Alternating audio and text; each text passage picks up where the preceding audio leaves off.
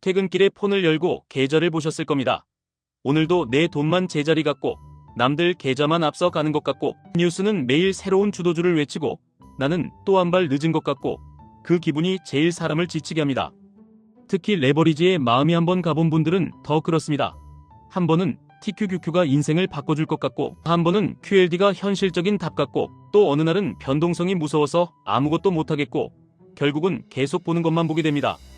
그런데 올해 들어서 더 이상한 장면이 하나 나왔습니다. 현직 대통령과 연결된 브랜드가 미국 증시에 ETF를 5개나 올렸습니다.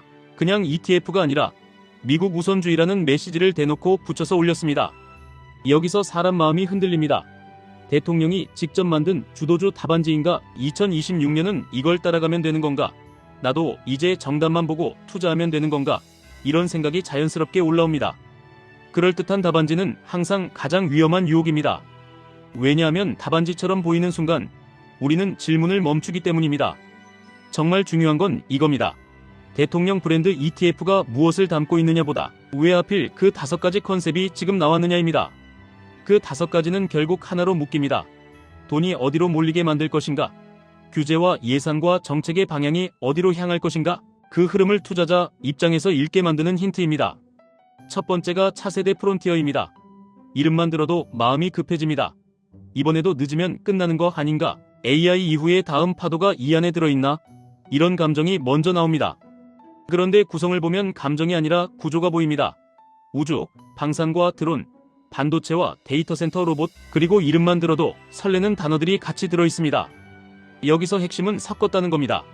우주만의 ETF가 아니라 다음 산업이라는 큰 그릇에 혁신 서사를 한꺼번에 담았습니다.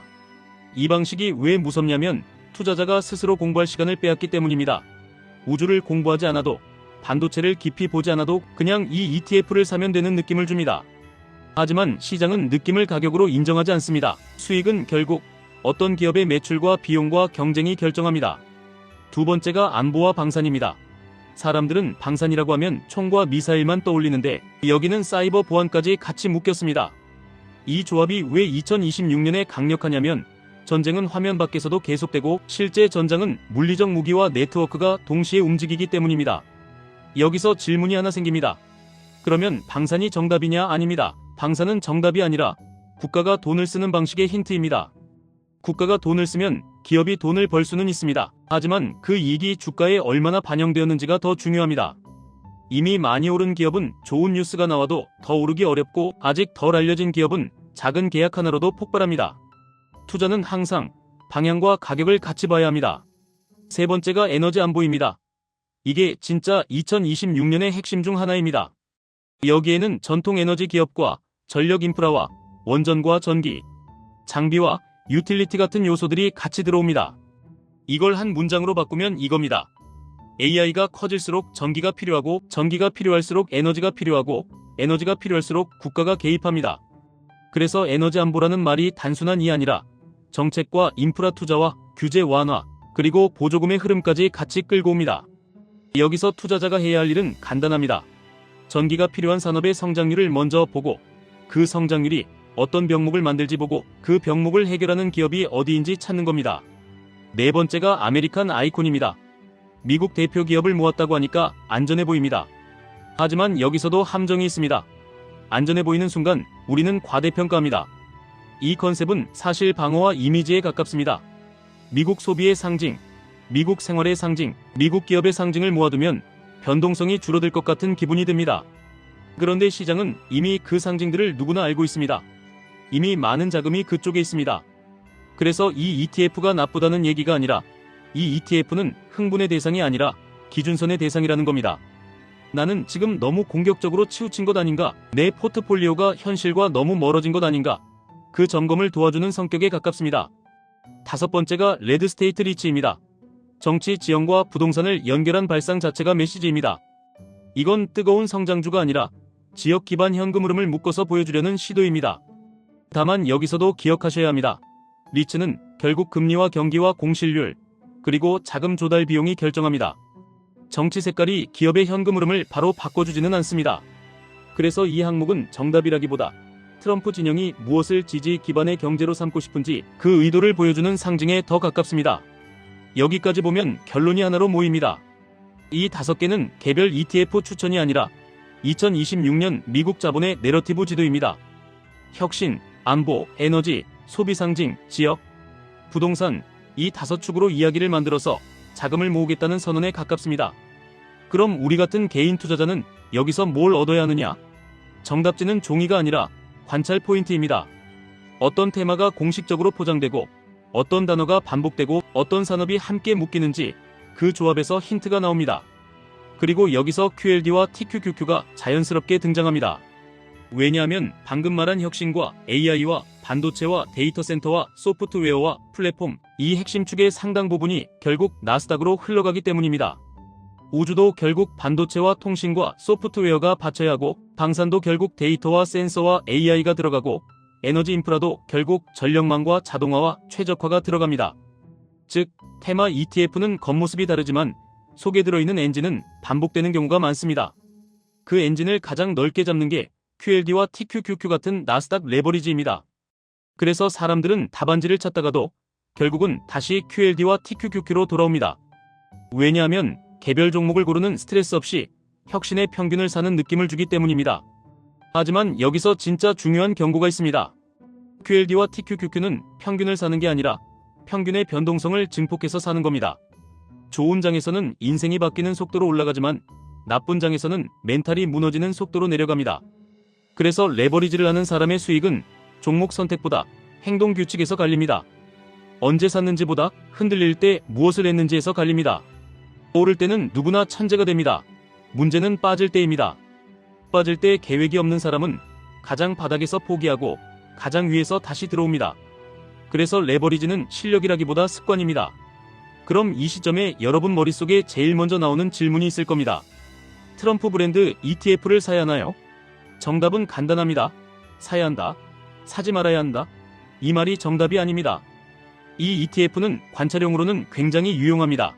어떤 기업이 들어있는지, 어떤 산업이 한 바구니로 묶였는지 그 리스트 자체가 힌트가 됩니다. 하지만 매수 대상으로 보면 체크할 게 많습니다. 첫째, 운용 보수가 높습니다. 같은 테마는 더 싼 ETF가 이미 많을 수 있습니다.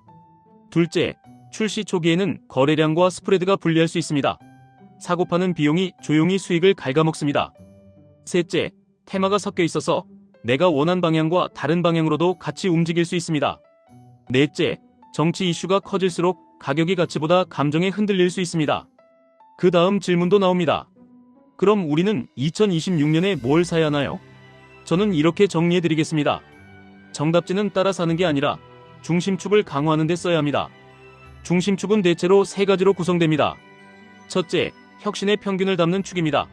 여기서 QLD와 TQQQ가 후보가 됩니다. 둘째, 정책이 직접 돈을 붓는 축입니다. 방산과 에너지와 인프라가 여기에 들어옵니다. 셋째, 변동성을 견딜 수 있게 해주는 안전장치 축입니다. 현금이든 단기채든 혹은 변동성 관리 규칙이든 어떤 형태로든 필요합니다. 여기서 많은 분이 이런 말도 하십니다. 나는 공격적으로 하고 싶습니다. 안전장치는 싫습니다. 그 마음 이해합니다. 하지만 안전장치라는 건 수익을 낮추는 장치가 아니라 시장에서 살아남는 장치입니다. 레버리지에서 진짜 무서운 건 하락 그 자체가 아니라 하락을 견디지 못하고 규칙을 깨는 순간입니다. 규칙을 깨는 순간 평균의 복리는 끊깁니다. 그래서 저는 안전장치를 돈으로만 보지 마시라고 말씀드립니다. 안전장치는 현금도 되고 분할 매수도 되고 손절이 아니라 재진입을 위한 기준도 되고 매도 기준도 됩니다. 중요한 건 내가 흔들릴 때 내가 할 행동을 미리 적어두는 겁니다. 그걸 안 하면 우리는 시장이 시키는 행동을 합니다. 시장이 공포를 뿌리면 공포로 팔고 시장이 욕망을 뿌리면 욕망으로 삽니다. 그게 가장 비싼 수업료입니다. 또 이런 질문도 나옵니다. 우주가 그렇게 많이 들어있다는데 우주가 2026년 대장인가요? 우주는 대장이 될 수도 있고 아닐 수도 있습니다. 하지만 우주라는 단어가 계속 묶이는 이유는 분명합니다. 국방, 통신, 데이터, 위성, 지도, 정찰, 물류, 이 모든 게 우주와 연결됩니다. 그리고 그 연결이 결국 나스닥의 엔진과 겹칩니다. 반도체, 소프트웨어, 네트워크, 데이터 센터, 이쪽이 함께 움직입니다. 그래서 우주 테마를 보고 흥분하기보다 우주가 요구하는 인프라가 무엇인지, 그 인프라가 어느 산업의 매출을 키우는지 그 흐름으로 보셔야 합니다. 그 다음 질문입니다. 그럼 지금 당장 QLD냐, TQQQ냐, 어느 쪽이냐? 이건 정답이 아니라 성향입니다. QLD는 속도를 내되 멘탈을 더 오래 가져갈 수 있는 선택에 가깝습니다. TQQQ는 속도를 내되 리스크 관리가 없으면 계좌보다 마음이 먼저 무너질 수 있는 선택에 가깝습니다. 중요한 건 어떤 상품이 더 좋으냐가 아니라 내가 그 상품을 들고도 끝까지 계획을 지킬 수 있느냐입니다. 계획을 지킬 수 있다면 레버리지는 도구입니다. 계획을 지키지 못한다면 레버리지는 덫입니다. 마지막으로 제가 이 영상을 통해 드리고 싶은 메시지는 이겁니다. 트럼프 ETF가 정답지처럼 보인다면 그 순간이 가장 위험한 순간입니다. 정답지를 믿는 순간 우리는 공부를 멈춥니다. 하지만 시장은 공부를 멈춘 사람에게는 항상 같은 결말을 줍니다. 대신 이렇게 쓰십시오. 이 5개 ETF를 2026년 키워드 목차로 쓰십시오. 혁신이라는 목차를 보며 QLD와 TQQQ의 엔진이 무엇인지 다시 확인하십시오. 안보라는 목차를 보며 AI와 데이터가 방산에 어떻게 들어가는지 확인하십시오. 에너지라는 목차를 보며 전력 인프라가 어떤 기업의 현금 흐름을 바꾸는지 확인하십시오. 아이콘이라는 목차를 보며 내 포트폴리오가 과열되어 있는지 점검하십시오.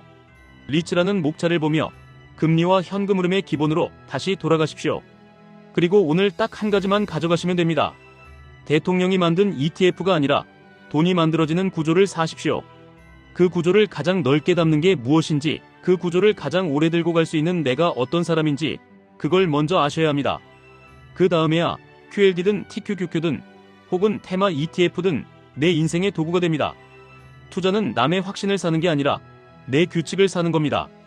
2026년은 변동성이 큰 해가 될 가능성이 큽니다. 그래서 더더욱 답안지에 기대지 마시고 나만의 규칙을 갖고 들어가시길 바랍니다.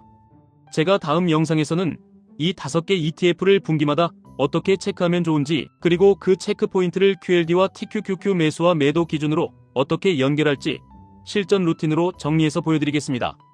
오늘 영상이 도움되셨다면 구독과 좋아요 부탁드립니다. 감사합니다.